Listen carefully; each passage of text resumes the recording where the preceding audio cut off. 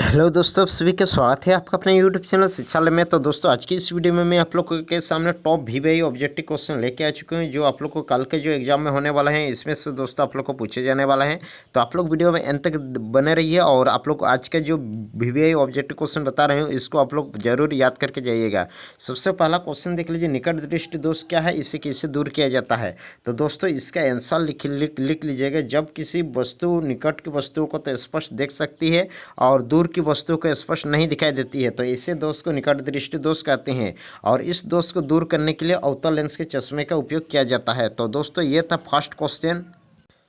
दोस्तों, आगे next question देख लीजिए। आगे नेक्स्ट क्वेश्चन है, जीवाश्म ईंधन किसे कहते हैं तथा जीवाश्म ईंधन की क्या हानियां हैं। तो जीवाश्म ईंधन मतलब जानते हो, जो जीवाश्म ईंधन मतलब जो जीव जंतु से प्राप्त ईंधन को जीवाश्म ईंधन कहते हैं, जिसे कोयला तथा तेल, जिसे प्राकृतिक ईंधन जिसका निर्माण लाखों बरस पहले जमीन में दबे मृत पशुओं और पौधों के से हुआ, उसे जीवाश्म ईंधन कहते हैं। और यह एक प्रकार का कोई वर्षों से बना प्राकृतिक ईंधन है। और इनका क्या हानियां हैं, तो यहाँ हानियां लिख देना।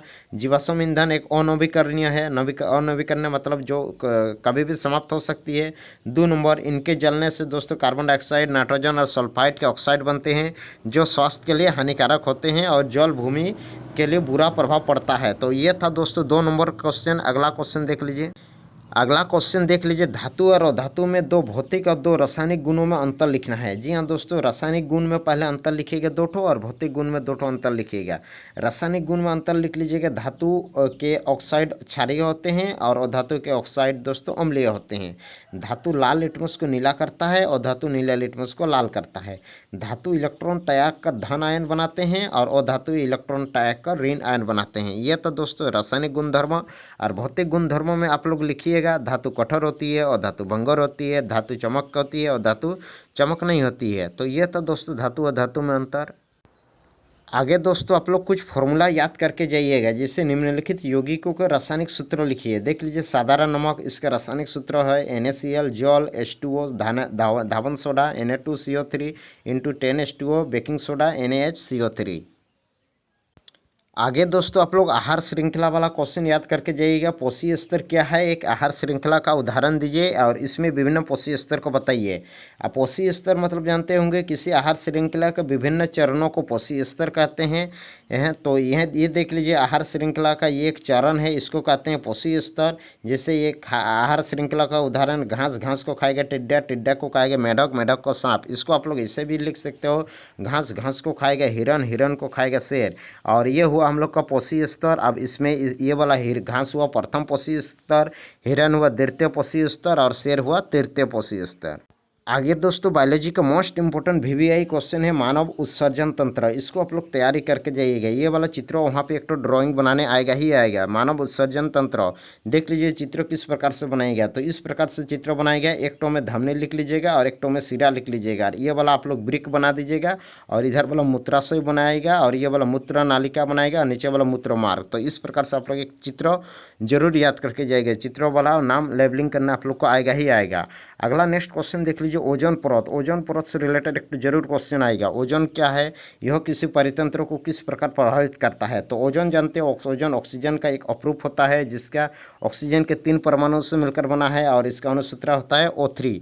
और ये किस प्रकार प्रभावित करता है, यहाँ लिख लीजिएगा। ओजोन वो वायुमंडल के ऊपरी सतह में पाया जाता है। यह दोस्तों सूर्य से आने वाली पराबैंगनी किरणों को पृथ्वी पर आने नहीं देती है और ये हमें स्वास्थ्य संबंधी रोग जैसे त्वचा कैंसर, मोतियाबिंद आदि से हमें बचाती है।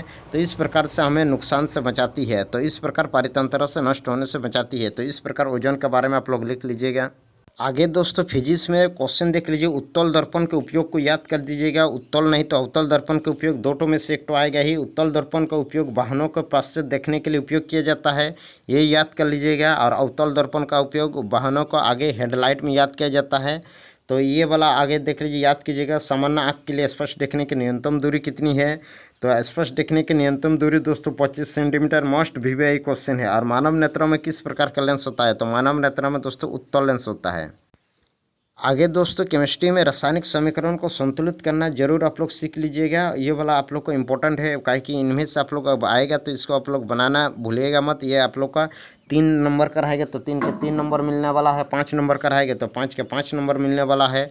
अगला नेक्स्ट देख लीजिए, आप लोग को सूत्र लिखना कुछ आएगा, जैसे साधारण नमक NaCl, benzene C6HCX, baking soda NaHCO3 और जल का H2O।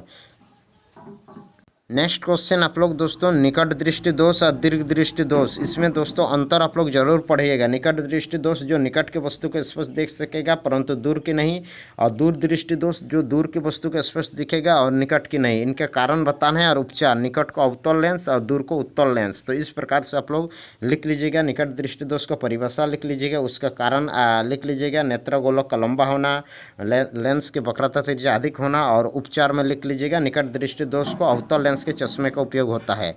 उसके बाद दूर दृष्टि, वहीं पर परिभाषा लिख लीजिएगा, जो दूर की वस्तु के स्पष्ट दिखेगा परंतु निकट की नहीं। इसका कारण लिख लीजिएगा और इसका उपचार लिख लीजिएगा। उपचार में उत्तल लेंस के चश्मे का उपयोग।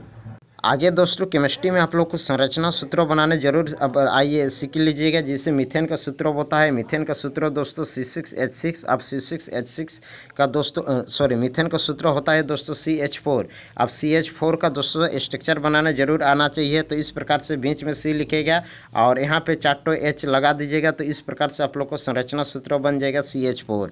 अगला देख लीजिए प्रोपेन। प्रोपेन का होता है C3H628 तो C3H8। तो इस प्रकार से C3H8 लिख लीजिएगा। यहाँ पे देख लीजिए C 3 तो लगा लीजिएगा और H ऊपर में 3 नीचे में 3, 3 3 6 और इधर एक 7 इधर एक 8 तो C3H8। एथेन का देख लीजिए, एथेन का दोस्तों C2H4 होता है। तो C2H4 में आप लोग बैठा लीजिएगा। ये देख लीजिए C2H4 का एथेन का स्ट्रक्चर इस प्रकार से बनाया गया है। अगला नेक्स्ट लिख लीजिए बेंजीन। बेंजीन का दोस्तों होता है C6H6। बेंजीन का आप लोग अगर नहीं बनाना सकेगा तो ऐसा बेंजीन का स्ट्रक्चर बना दीजिएगा, आप लोग को 1 नंबर मिल जाएगा। नेक्स्ट है क्लोरोब्यूटेन। क्लोरोब्यूटेन तो क्लोरोब्यूटेन का होता है C4H7Cl होता है। तो C4H7Cl इस प्रकार से स्ट्रक्चर आप लोग बना लीजिएगा। C4 तो लगा लीजिएगा, C4 तो इस प्रकार से और H7 तो इस प्रकार से आप लोग का एज यहाँ पे 1 यहाँ 1 यहाँ 1 यहाँ 1 फिर यहाँ 1 इस प्रकार से C4H7 लिख लीजिएगा और यहाँ पे Cl लिख लीजिएगा। तो ये बन गया क्लोरो आप लोग का ब्यूटेन। तो इस प्रकार से आप लोग को स्ट्रक्चर लिखना आना चाहिए।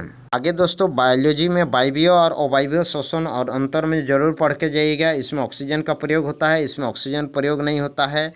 इसमें ग्लूकोज के एक अणु में 38 ATP बनते हैं, इसमें 2 ATP बनते हैं। ये वायवीय और अवायवीय में पढ़ के जरूर जाइएगा। इसमें दोस्तों आप लोग को आएगा ही आएगा। आगे दोस्तों आप लोग लैंगिक और अलैंगिक जनन में अंतर जरूर पढ़िएगा। लैंगिक, इसमें दोस्तों नर और मादा की आवश्यकता नहीं होती है, इसमें नर और मादा की आवश्यकता होती है। ये निम्न श्रेणी के जंतु में पाए जाते हैं। और दोस्तों लैंगिक में दोस्तों उच्च श्रेणी के जंतु में पाए जाते हैं और ये निम्न श्रेणी के जंतु में आते हैं। इसका उदाहरण होगा मनुष्य, बेल, बकरी, और इसका उदाहरण होगा दोस्तों अमीबा, छोटा छोटा जीव जंतु सब आएगा।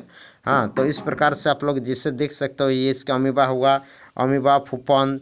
इसमें दोस्तों लैंगिक में दोस्तों इसमें जो संतान होती है इसमें दोस्तों विभिन्नता पाई जाती है और अलैंगिक जनन में इसमें संतान में दोस्तों विभिन्नता नहीं होती है। तो इस प्रकार से लैंगिक और अलैंगिक जनन में अंतर जरूर पढ़ के जाइएगा।